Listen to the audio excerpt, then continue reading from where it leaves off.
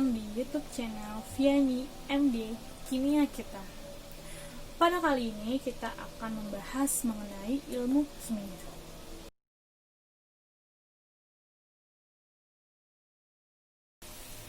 Pernah gak sih kalian dengar orang tua kalian pernah bilang, jangan makan ini karena mengandung bahan kimia?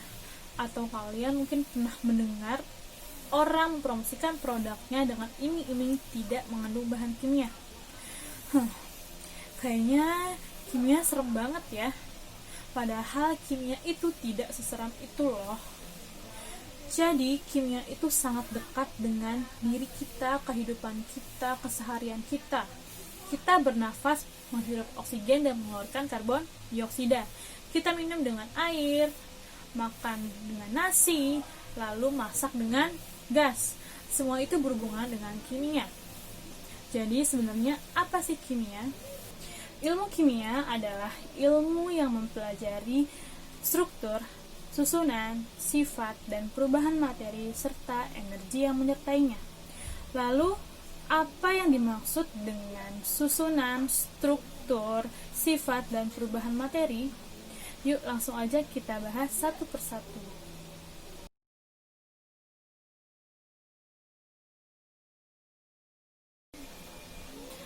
Materi adalah segala sesuatu yang menempati ruang dan mempunyai massa. Jadi, laptop, spidol, buku, kita, manusia termasuk ke dalam materi. Susunan materi meliputi yang pertama, unsur. Unsur adalah zat sederhana yang tidak dapat dibagi lagi.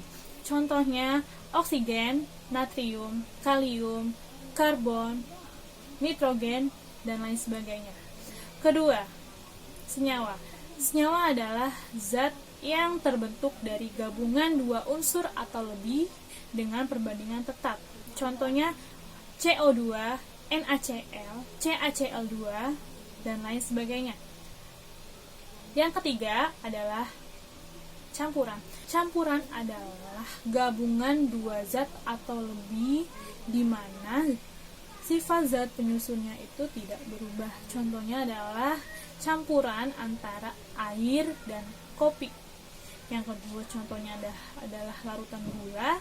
Dan yang terakhir contohnya adalah campuran antara minyak dan air.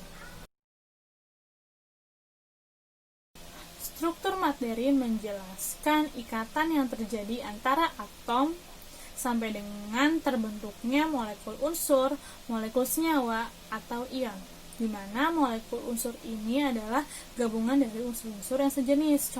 Contohnya adalah N2, O2, dan Cl2. Yang kedua adalah molekul senyawa. Molekul senyawa ini adalah gabungan dari unsur-unsur yang tidak sejenis. Contohnya adalah CO2, NO2, CaCl2.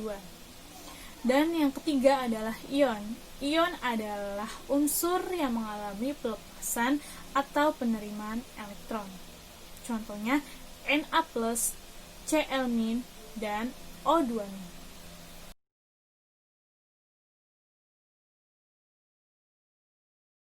Sifat materi itu lebih mengarah ke sifat kimia suatu zat. Contohnya sifat kimianya mudah terbakar, mudah mengalami perkaratan, dan mudah mengalami reaksi.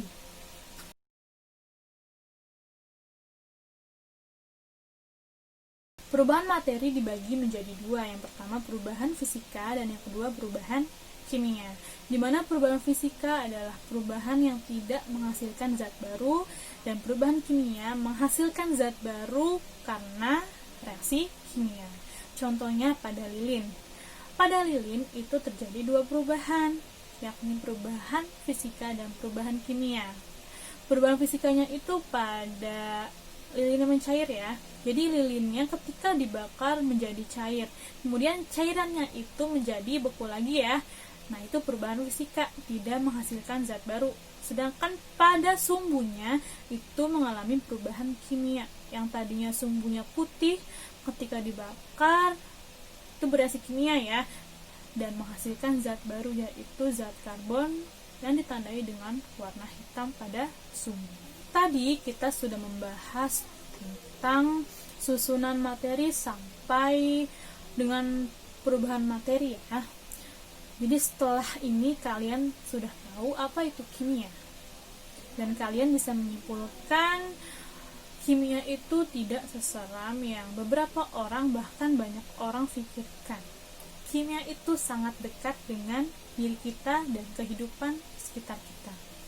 Selanjutnya kalian dapat mempelajari tentang hubungan kimia dengan ilmu lain, keselamatan kerja di laboratorium, dan simbol-simbol bahan kimia pada PPT yang bisa kalian download pada link di deskripsi ya. Sekian video pembelajaran dari saya, semoga bermanfaat untuk kalian. Terima kasih.